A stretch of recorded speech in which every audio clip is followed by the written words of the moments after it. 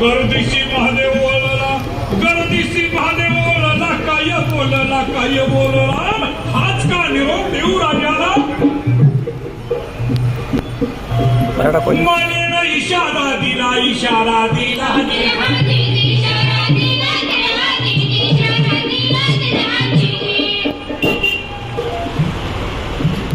आणि हा रामुशाचा दोऱ्या, हा महादेव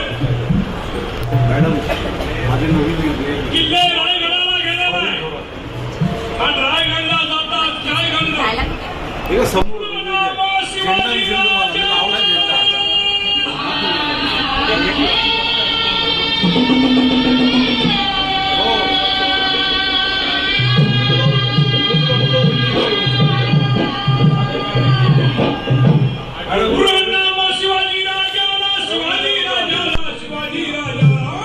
महादेव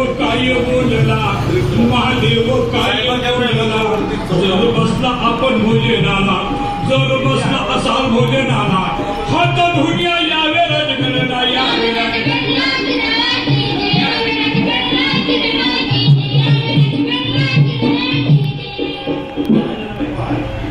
मासाहेब दुखी आहे, मासाहेबांच्या डोळ्यात असो रडता रडता मासाहेबांनी हा निरोप दिलेला आहे. काय झालं, नाशिकचा अख्खा अल्बम वेगळाच सोडायचा. नाशिकची भरपूर ₹1000 पासून घरी नाशिकची कुठल्या सेवकांनी अपमान केला, यांच्यामध्ये हे काय कुठल्या पत्नीनं मालभंग केला. उर्दू भाषेचा प्रभाव तेव्हा आता जसं आपण उर्दू भाषेचा प्रभाव म्हणजे आपला राज्यभाषा तेव्हा मी जवळपास व्यवहाराची भाषा ती होती त्या काळामध्ये. आता कसं आहे, आपली मावळी आणि एक मराठी आता हे कसं आहे चलन आहे. आता जेव्हा ते संपूर्ण तर तेव्हा त्यांना समोर त्याला समजेल सौद्याची नोट दिली आणि तुम्हाला जर घ्यायची ₹10,000 किंमत आहे, तुम्ही काय सांगा मला नको, मला कळतच नाही, मला माझी गरज आहे त्याच्यात तुम्ही घेणार नाही. जसं माझ्या त्यांनी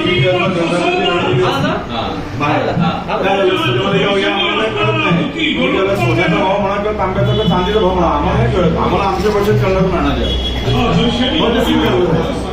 चिन्ह असू दे त्याच्यावरती, मराठी चिन्ह असू दे सगळे, त्याचा प्रॉब्लेम नाही.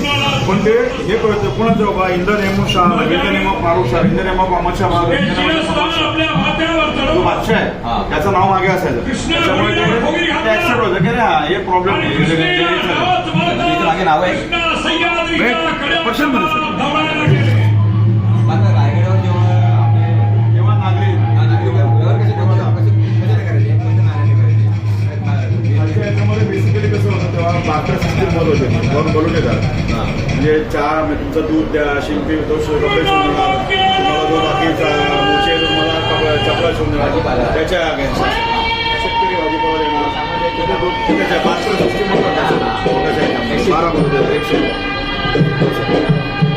महाराजांच्यापासून शाहू महाराज पेशवेकालीन नाण्यापर्यंत जसं पेशव्यांनी स्वतःच्या हिंदुस्थानात वाढवलं तेव्हा त्यांना त्या भाषेचा आधार घेणं अपरिहार्य ठरलं.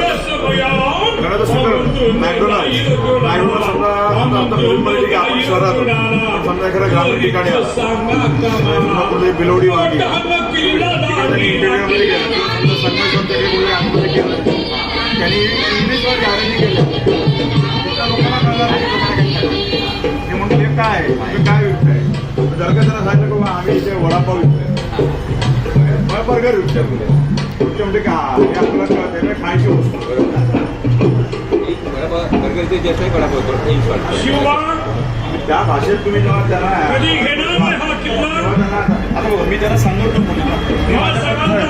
बरंचसं कळलं नसेल, जेव्हा त्या टीचरने जरा कन्नडामध्ये सांगितलं तेव्हा त्यांना ते परफेक्ट कळलं. हा फरक